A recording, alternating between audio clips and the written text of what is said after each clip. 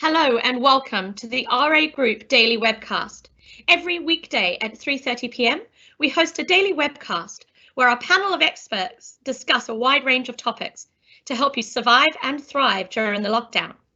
Tomorrow, Culinary Director David Sims will be demonstrating how to make a fabulous frittata using leftovers.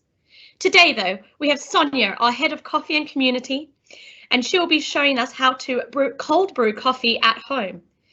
We'll be taking your questions, obviously coffee related, throughout the broadcast, so please send them in. Now, Sonia, over to you.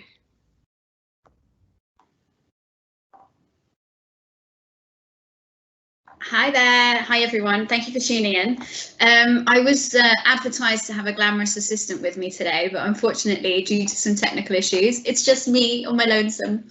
I will be showing you how to brew coffee at home, talk to you a little bit about the things to look out for when you are brewing at home and that minefield.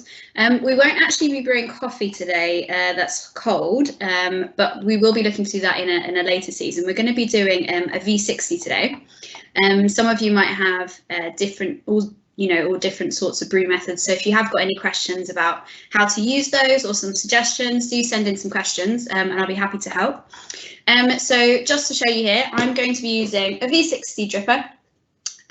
It's probably the cheapest bit of kit you can get to brew at home with and the most straightforward.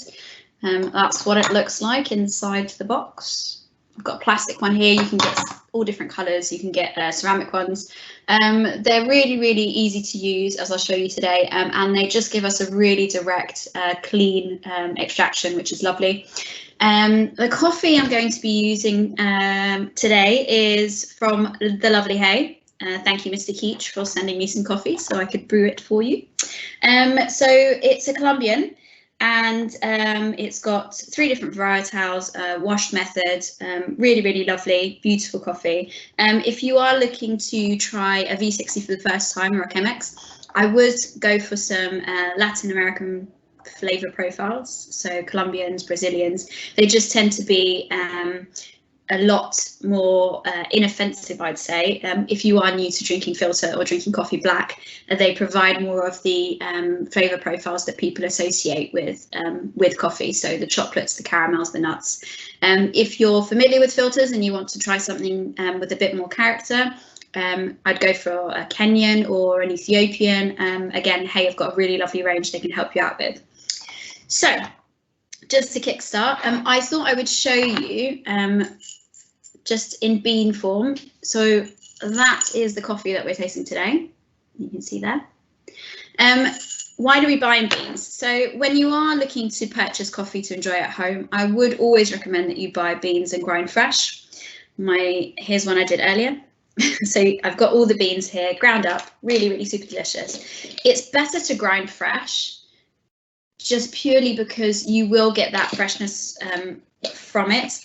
What tends to happen is that when you buy pre-ground coffee, as soon as you open that bag or that container, it will start to lose all of the lovely initial aromas that you get through, which will impact the flavour. So if you can grind fresh, I would definitely recommend investing in a grind at home solution. I've got an old-fashioned one here, which absolutely kills my arm when I have to brew for more than one person, but there are obviously some mechanical ones that you can get electronic, just plug it in, play, grind it fresh for you. If you're looking to buy one, I check out a Wilfer, which I know Mr. Sims has at home because he's told me, and that's a really, really good option for you. It'll grind super quick, especially if you are looking to brew on the go. I definitely recommend that. So the first thing you want to look at when you're grinding it is just the colours. Now I've got another sample here for you. You'll notice there are lots of different coloured light specks in there. Basically, we can tell from the colours that you're seeing here that this is a speciality light roast. The aromas coming off are absolutely gorgeous, and they really kind of entice you in. That's what you want. If you're grinding beans at home and you don't get any of those lovely flavours coming through, you've got some problems. Those beans are clearly very stale. So let's just kick off with the first step. So those of you that took part in our RA group family quiz on Friday will remember that the first process we're looking for is blooming. So before we bloom, we just need to make sure that we fully wet and wash through the filter on the V60. So you will see that sometimes you can get these white like this, which means they've been bleached, or you can get some that are this sort of colour, so a brownish sort of colour. Those are the ones that are completely natural and that haven't been.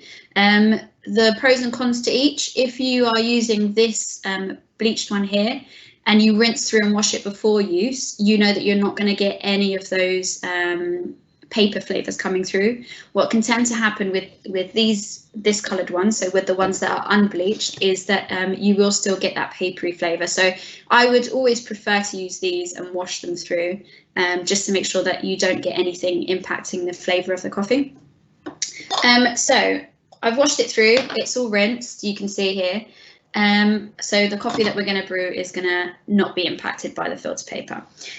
Some of you will have Chemexes, or for those that don't know, a Chemex is the much larger, wider brewing vessel made out of glass that you can brew for a lot more servings. So you can brew 4 servings. This one, I'd probably say you could probably do a max of 2. I've got the smaller one here, so a single serving, but you can get V60s that serve more people.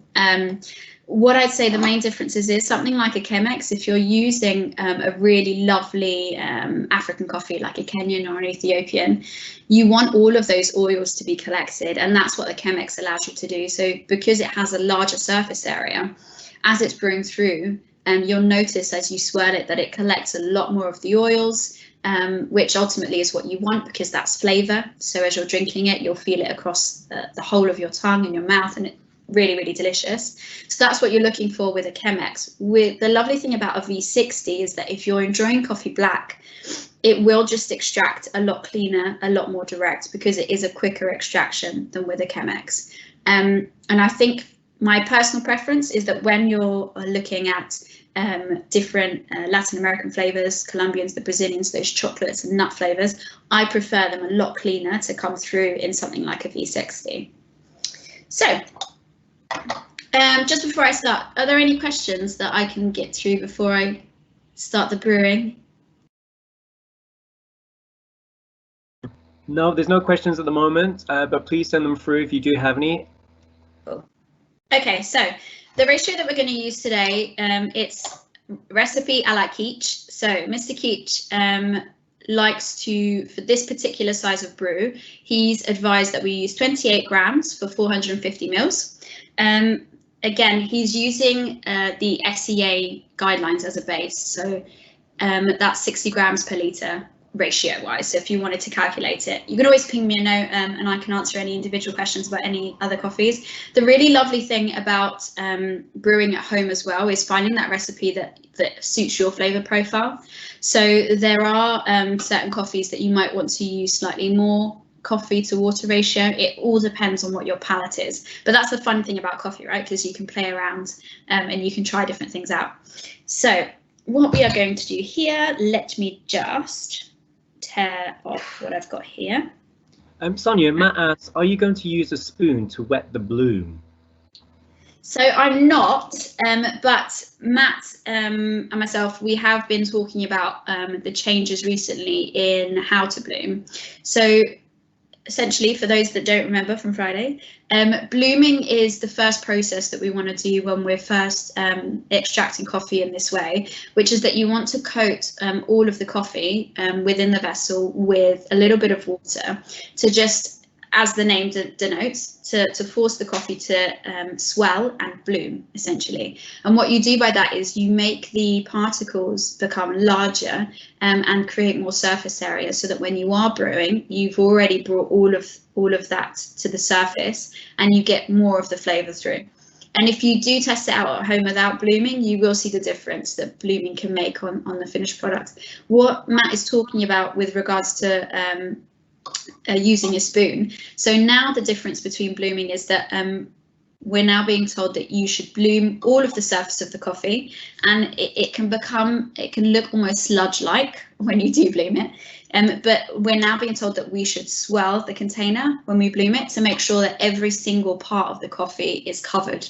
Whereas before we would just pour in some water and just make sure that the majority was wet, so that the majority had an opportunity to swell. what we're now being told to do, which makes perfect sense, is to swell the actual vessel so that all of the coffee is being exposed to that water and all of it has an opportunity to swell. And a spoon can help you do this, but I won't be using one today.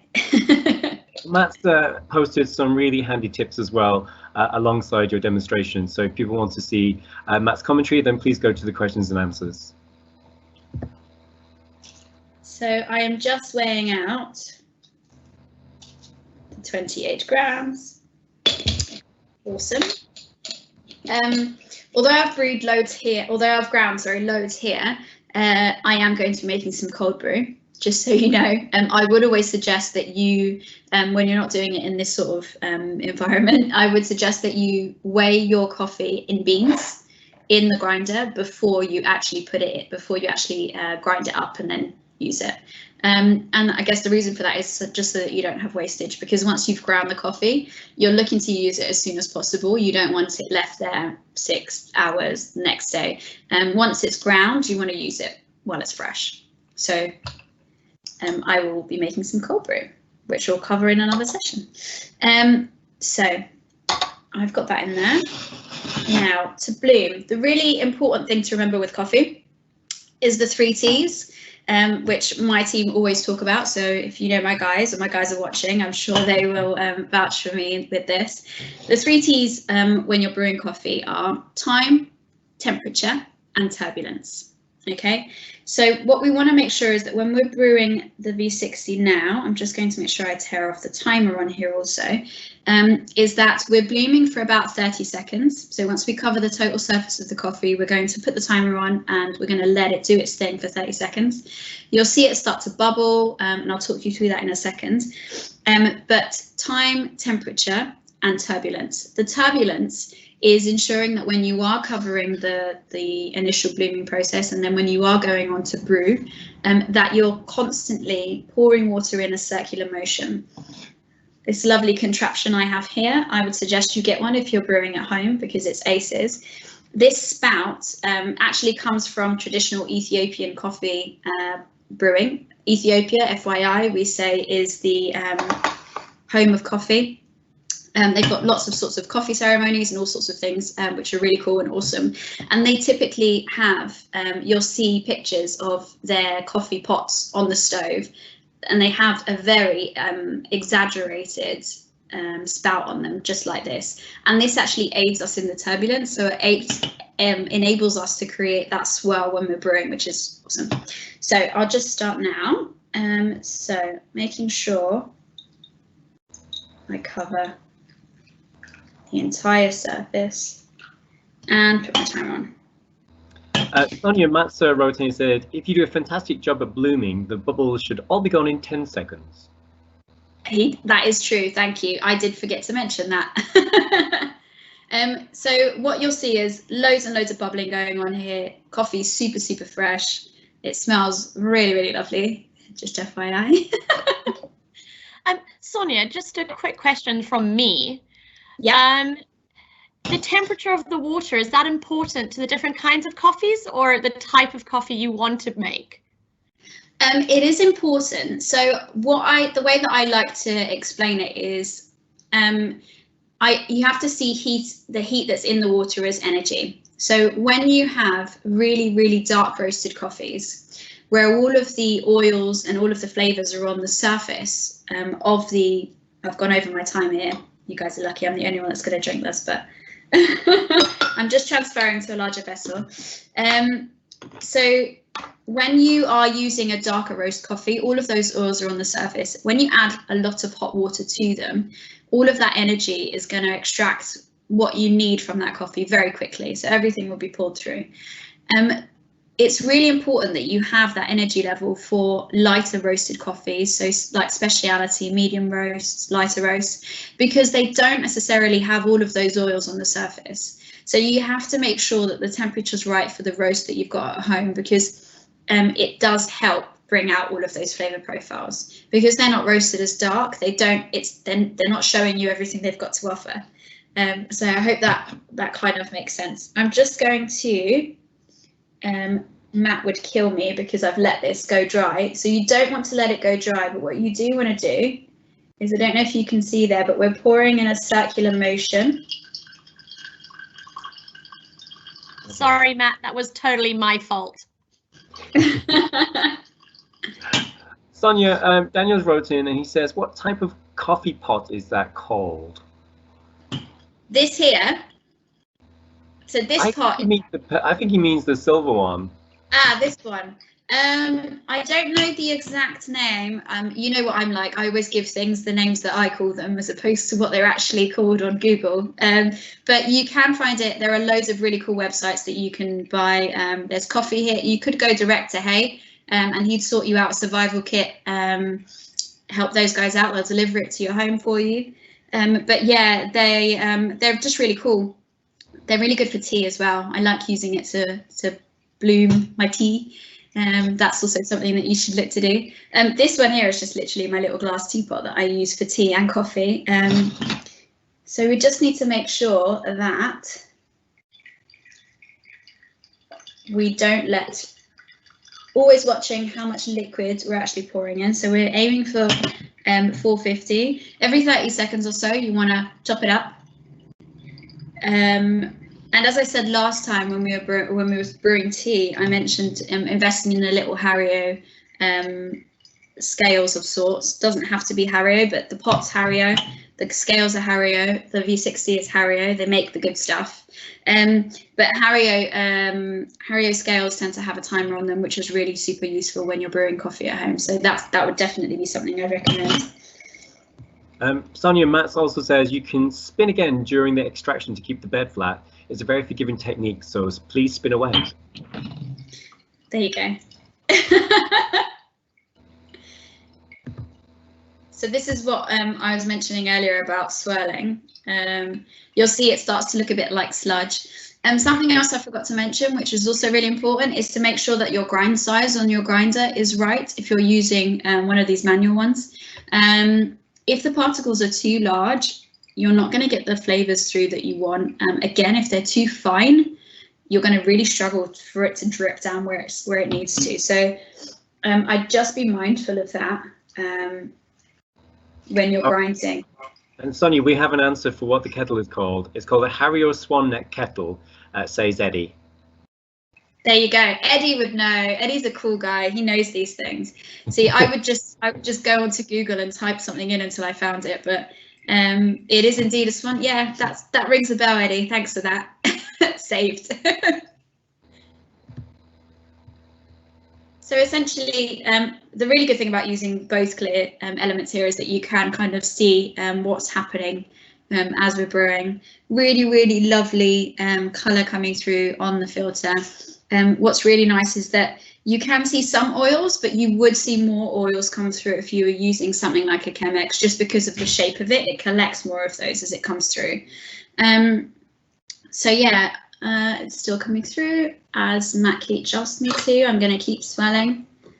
Matt also says the gooseneck spout is the key to control for water speed. There you go.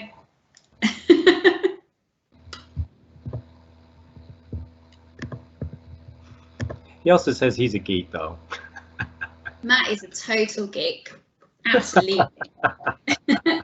But so am I. No, it's fine. Geeks are cool. He outed himself. It's fine. I'm not saying anything out of order. Geeks are definitely cool, Sonia. I love how it's all the geeks that are saying geeks are cool. That's cool. So this is the kind of as well. Yeah, me and Steph are total geeks. We talk about cocktails all the time. Yeah, it's cool. True. The definition of a geek, they love cocktails and coffee. Yeah. I like it. I'm off for this geekery.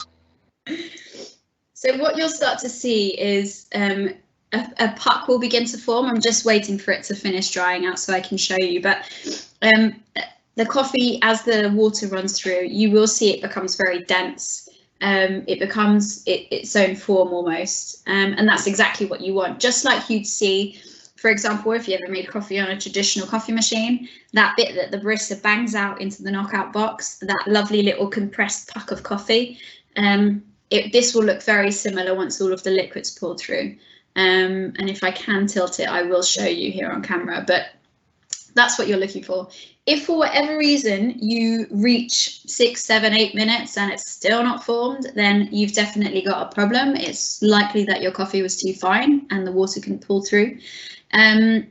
But yeah, to be honest with you, coffee is just a fun thing to play with at home. You can get all sorts of different blends. I mean, my guys have been sending me shots of funny named coffee brands that are delivering at home at the moment and that they're experimenting with. And one coffee might taste really lovely from one brew method and just not very nice from another. So it's finding which flavor profiles fit which extraction.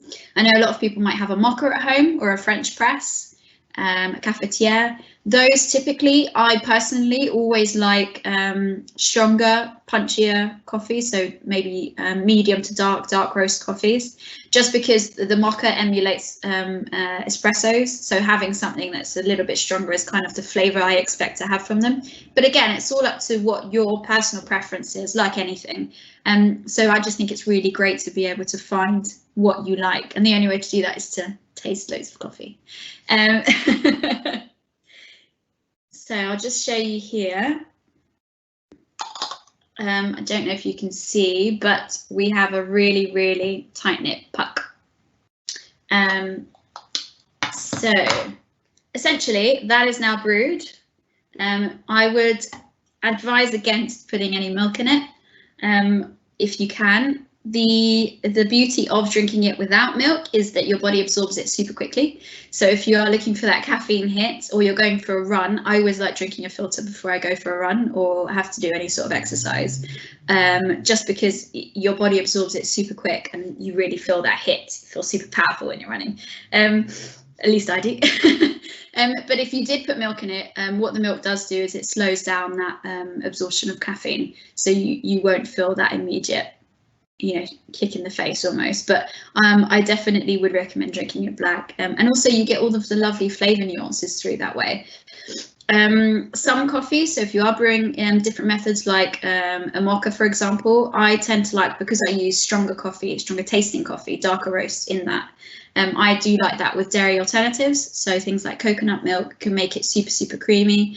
Oat milk is really lovely with darker profiles as well. To be honest, oat milk works with most coffees. It's such a lovely creamy alternative if you are looking to not drink dairy at the moment in your coffee.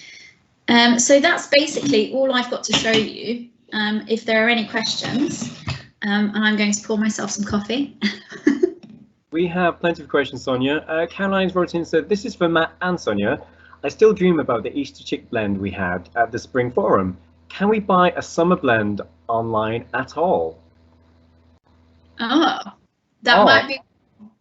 Yeah. Or potentially, do you have another recipe for the summer edition? Yeah, I think that might be one for Matt Keach. Let's wait and see what he comes back with. Again, I think what we'll do is we'll cover off some cold brew recipes, which are really lovely now that the weather's getting warmer. But yeah, I think let's wait on Matt. He's always got some secret surprises up his sleeve, some new seasonal blends that he brings out. So I'm sure there's something that he's got hidden at the moment that he can suggest to us. Which I'm saying this, and he's gonna write in straight away and be like, oh, I've got this solution. He says yes, and he's going to come back to us in a second. We do have a question from Eddie again. Apart from the mocha, what other ways of making espresso at home would you recommend, if any? Okay, it depends how geeky you want to get, but there are some really cool kits online that you can look at that we would normally see at like the coffee festival. But there are some that you can put in your ground coffee into the kit. It's almost like a tube that you then pump press with. Eddie, I know I'm saying this to you, and I know you know exactly what I'm talking about. You pump press the gadget, and it basically shoots out espresso. So it's essentially you can put in any coffee that you want into it, and then it pumps out an espresso, and it's just a little handheld device, which is really cool for travel. If you're looking for that espresso kick, I would definitely suggest the mocha, not the mocha master, the Italian mocha. That you put on your stove. I always find that coffee's got a bit more of a punch to it. It's probably to do with the ratios, because you use, I think, a lot more water, coffee to water ratio in those. But yeah, it is tough at the moment. I know, Eddie, I feel your pain, because finding a decent flat white at the moment is really tough. My closest one is about half an hour walk from my house, so I've been making the trip when I go and buy bread to also get some coffee, but it's not easy at the moment, I grant you that. I would say now might be a good time to invest in some cool little rocket machines, like a little espresso machine, baby mini ones. Matt is definitely your guy for those. He's got all the connections and he can definitely source you something. Short of that, I would maybe just look at brewing some really concentrated coffee, and then having a go at texturing your own flat white milk at home. That's definitely something that I've done and that I've been coaching my team through during this time, and they're absolutely loving it. But invest in one of those little whisks, put some whole milk on the stove, and then literally just texture it under the surface of the milk as it heats slowly. Beautiful, silky, textured milk. Fantastic. We got a few more points and not that much time. So Matt's wrote in and says they have a fantastic new Nicaragua bean that would be amazing as a filter or cold brew. And he said you could also use a nanopresso. There we go. Yeah. Daniel has wrote in saying, how do you ensure you are able to heat the kettle to the right temperature? It looks like it has to be added on top of a stove. Are we talking about the mocha, the Italian mocha, or just regular hot water out of your kettle? Sorry. I'm going to guess it's part of the cold brewing process. So when you're brewing it like this, like we use today in this pot, I normally let the kettle boil and then put it in, decant it into here, and then leave it a few minutes. I always think that what comes out of the kettle is too hot for tea and coffee. But I'm sure Matt Keach will tell you exactly what temperature is best for hay coffee.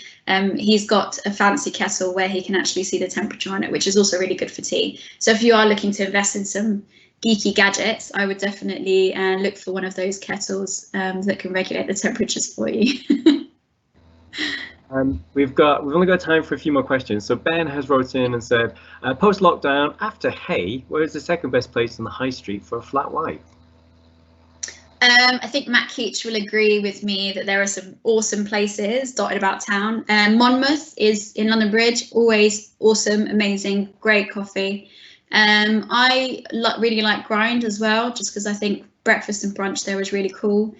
But to be honest with you, I think with this lockdown, if we've learned anything, it's when you're on your walk and you're doing your one exercise session a day, have a look around, see what there is. You know, I found somewhere even closer than where I buy my bread that has some really great specialty coffee, and I didn't know existed before. So now is the time, if ever, to find out, you know, where those local cafes are that you can kind of be supporting that are still operating. And then Sean has wrote and said, you mentioned a starter kit. Can you and Matt share your recommendations? Yeah, we will definitely be posting. Absolutely. Yeah, we will do. We'll send out a link. It's essentially making sure that you've got a V60 or Chemex, depending on how many you want to brew for, and then making sure you've got the right filter papers and, you know, a grinder, etc. So yeah, absolutely, we'll share those. And Matt has a few more comments. You should try to avoid any delays. Heat is actually really important, and want hotter temperatures all the time in brewing. And he says that Monmouth rocks. Yeah, I knew he'd like that one. Well, I think that's all we have time for today. Thank you very much, Sonia. That was a fantastic presentation. We will be back with Matt doing an Instagram live post later this week, so please keep tuned for that because we won't want to miss out on Matt's opportunity to show his fantastic Chemex set. If you would like to get in touch with us, if you have any questions or suggestions, please email gavin.goody@ragroup.co.uk. And if you would like to keep in touch and see what's happening tomorrow, then go to www.ragroup.co.uk/news. Thanks again to Sonia and to Matt, and we look forward to seeing you again tomorrow at 3:30. Goodbye.